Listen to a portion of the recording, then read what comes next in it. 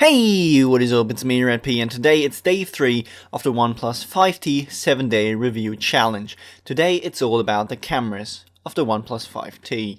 The OnePlus 5T's front camera has a 16 megapixel sensor with an f2.0 aperture, which can record at 1080p with 30 fps. On the back of the OnePlus 5T we find two cameras, a main 16 megapixel camera and a secondary 20 megapixel camera. Both have an f1.7 aperture. The main camera can record 4K at 30 fps, 1080p at 60 fps and 720p at 120 fps. So what does the second camera do? It exists for low light photography, where 4 pixels are combined into one to reduce noise, which apparently doesn't work as the low light photos are saved as a 20 megapixel photo. Yeah. Furthermore, it enables the portrait mode, which adds background blur. So I really don't know why every new phone has to have two cameras at the back, but I really don't get the OnePlus 5T setup. Couldn't you just combine the pixels of the main camera to achieve better low light performance? And blurring the background in portrait mode, well, the Pixel 2 does it better without a secondary camera, and this feature still needs some work. All in all, I would have ditched the second camera and just put in a better main camera, or at least a second camera with a different field of view like a fisheye lens. But let's get into testing. Comparing the OnePlus against a DSLR with a good lens would be unfair, even though some phone marketing departments claim that these are comparable, which is simply a lie. So that means my 5T will be compared to my iPhone 6s. The 6s features a 12 megapixel camera with an f2.2 aperture and can record video at 4K 30 fps, 1080p at 120 frames per second and 720p at 240 fps. The front camera uses a 5 megapixel sensor which can record 720p videos. Let's get into the comparison. The OnePlus 5T is on the left and the iPhone is on the right. This test scene was lit by two softboxes. On the first photo we can see that the OnePlus got the white balance right, but the iPhone failed. Furthermore, the 5T's wider aperture adds more blur to everything that's not in focus, while the iPhone has a bigger depth of field.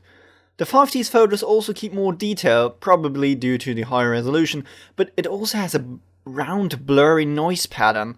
When we turn off the softboxes and just use the standard light, the 5T takes a brighter shot with softer noise, but less sharpness compared to the 6s. With even less light, both phones lose most detail, and the iPhone's noise is quite harsh, and the OnePlus noise just blurs the image. I don't really see the second camera doing any magic here, so yeah, I would have really preferred a different lens or just a better main shooter. The OnePlus has a portrait mode, which blurs the background to have a DSLR-like image.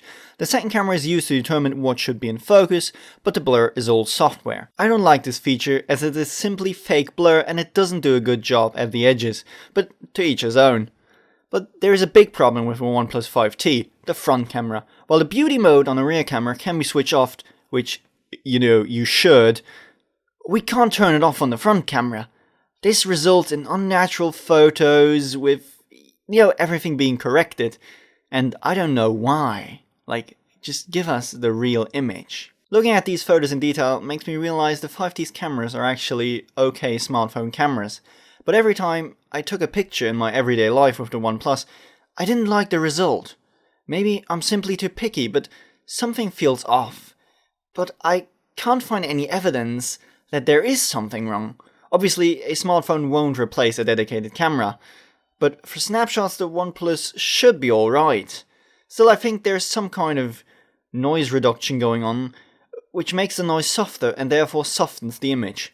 The iPhone simply has harsher noise, but just looks sharper at everything below optimal lighting conditions. The 5T has a built-in Pro mode that allows us to control all the camera settings, obviously except for aperture as it is fixed in these small smartphone lenses.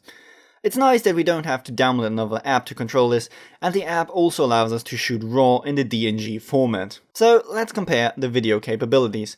Both cameras shoot 4K and 30 fps, and the rest of my YouTube video is 1080p upscaled to 4K. When I first got my iPhone, I thought it would be a good idea to use it to record 4K, but I dropped the idea when I saw the amount of noise. This is still the same with the OnePlus. The video probably has no or has a lot less noise reduction applied, which makes me realize how much sharper but noisier the OnePlus photos could look.